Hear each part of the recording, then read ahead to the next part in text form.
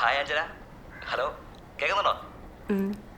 ചടങ്ങുകൾക്ക് അവിടെ വേണമെന്നുണ്ടായിരുന്നു, പക്ഷെ അറിയാലോ ദുബായിലെ ചില തിരക്കുകളെ. ലീവ് കിട്ടിയില്ല, അതുകൊണ്ടാ. വിഷമായോ? ഇല്ല. Okay okay. എന്താ അഞ്ജനൊന്നും മിണ്ടാതെ?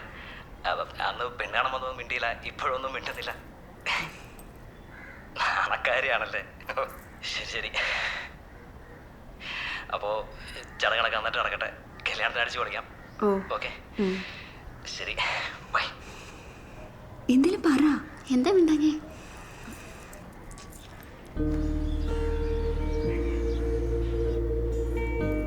പട്ടാളത്തിലായിരുന്നല്ലേ? കേണലാ. പിന്നെ കല്യാണം കഴിഞ്ഞ സന്ദീപ് ദുബായിലേക്ക് കൊണ്ടുപോയിരിക്കും അല്ലേ അഞ്ജുനെ? അതിപ്പോ എന്താ എങ്ങനെയൊന്നും സന്ദീപ് പറഞ്ഞിട്ടില്ല. ജയ,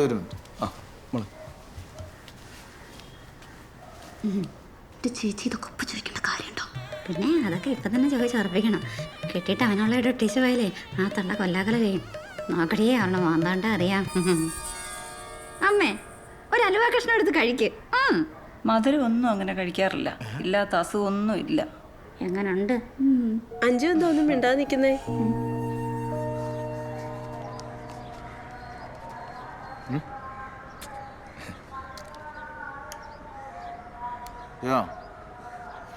കാര്യങ്ങൾ ഇത്ര പെട്ടെന്നായിട്ട് നിനക്ക് കുഴപ്പമൊന്നുമില്ലല്ലോ?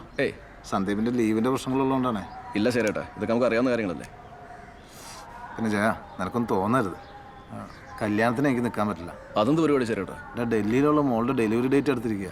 എനിക്കും ലീലൊക്കെ അവിടെ പോയി നിൽക്കണം. ജയ, ഞാൻ അങ്ങോട്ട് വരാം. അതെ, ശ്രീധരത്തിന്റെ കാര്യമൊക്കെ എന്റെ അളിയ അത് ഞാൻ സംസാരിച്ചോളാം. അതെ, ചെക്കൻ ഗൾഫിലാണെന്ന് പറഞ്ഞില്ലേ, ദുബായ്. അതിന് അപ്പോ നമുക്ക് അതുപോലെ കിട്ടണം. അല്ല, ആരൊന്നും മിണ്ടിക്കണ്ടില്ല, അതുകൊണ്ടാ. അതെ, നല്ല വിദ്യാഭ്യാസം വേണം. വിദ്യാഭ്യാസം ഇല്ലെങ്കിൽ പ്രൗഢിയില്ലേ? എന്തേ? നല്ല പഠിപ്പുള്ള പെങ്കോച്ച. ഞാൻ സന്ദീപിനോട് കാര്യങ്ങളൊക്കെ പറഞ്ഞു, എങ്ങനെയെങ്കിലും നടത്താൻ നോക്കാം.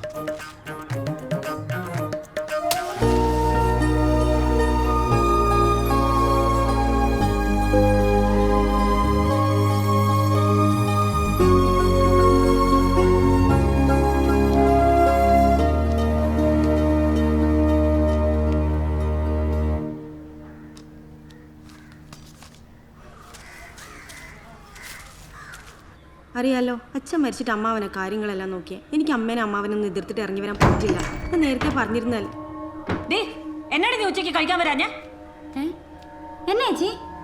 നീയും കണ്ടതല്ലേടി, അവര് വന്നു പോയിട്ട് ഇവൾ ആരോട് ഒരു അക്ഷരം മിണ്ടാതെ ഇരിപ്പ. എനിക്ക് കല്യാണം വേണ്ട, എനിക്ക് ഇഷ്ടമുള്ള ആളുടെ കൂടെയല്ല ഞാൻ ജീവിക്കണ്ടേ. എന്റെ അഞ്ജു, എന്താ നീ പറയണേ? എനിക്ക് പഠിക്കണം. പഠിക്കണമെന്നോ? നീ പഠിച്ചത്രയൊക്കെ മതി. എടി, കുറച്ച് ദിവസമായി ഇവളീ മോന്തയും വീർപ്പിച്ചിട്ട് ഇരിപ്പ് തുടങ്ങിയിട്ടുള്ളത്. നിന്റെ ഈ കുനുകുനാന്ന് ഫോൺ വിളി ഞാൻ ശ്രദ്ധിക്കുന്നുണ്ട്. അങ്ങനെ വല്ലതും മനസ്സിലുണ്ടെങ്കിൽ ഉണ്ടല്ലോ, ആ വെള്ളം വാങ്ങി വെച്ചാ മതി. എനിക്ക് അയാളത്ര ഇഷ്ടമൊന്നും ആയില്ല. പത്രികയെ മുറിച്ച് കല്യാണം ഉറപ്പിച്ചപ്പോ അവളുടെ ഒരു വേഷം കെട്ട്. എടി, നിന്റെ അച്ഛൻ അത്ര ഇഷ്ടപ്പെട്ടിട്ടൊന്നുമല്ല ഞാനും കെട്ടിയത്. എന്നിട്ട് ഞങ്ങളൊക്കെ ജീവിച്ചില്ലേ? അയ്യോ, ഞാനും അങ്ങനെയല്ലയോ ചേച്ചി.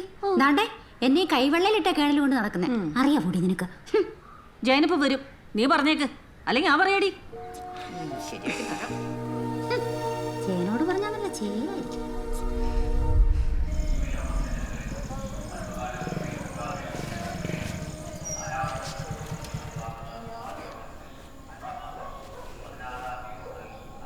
എന്താണ് ഉദ്ദേശം? അമ്മ എന്നോട് കുറച്ച് കാര്യങ്ങൾ പറഞ്ഞു, പക്ഷേ ഞാനത് അത്ര കാര്യമാക്കിയിട്ടില്ല. നിന്റെ മനസ്സിൽ അങ്ങനെ എന്തെങ്കിലും ഉണ്ടെങ്കിൽ നീ പറയാതെ തന്നെ ആളെ ഞാൻ കണ്ടുപിടിക്കും. പക്ഷേ ഇപ്പം അതിൻ്റെ ആവശ്യമുണ്ടെന്ന് എനിക്ക് തോന്നുന്നില്ല. അഥവാ അവനെ അന്വേഷിക്കേണ്ടി വന്നാൽ അവനെ പിന്നെ വേറെ ആരും അന്വേഷിക്കേണ്ടി വരില്ല. ചെറുക്കൻ്റെ വീട്ടുകാർക്ക് വാക്ക് കൊടുത്ത് തീയതി നിശ്ചയിച്ചു. നിന്നെ വളർത്തി ഇത്ര ആക്കാമെങ്കിൽ അന്തസ്സായിട്ട് കെട്ടിച്ചു വിടാനും എനിക്കറിയാം.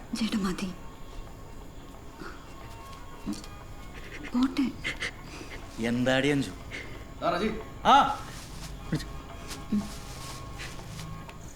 ചേട്ടാ, അവളുടെ ഇങ്ങനത്തെ കാര്യങ്ങൾ വല്ലതും അറിയാം നിനക്ക്?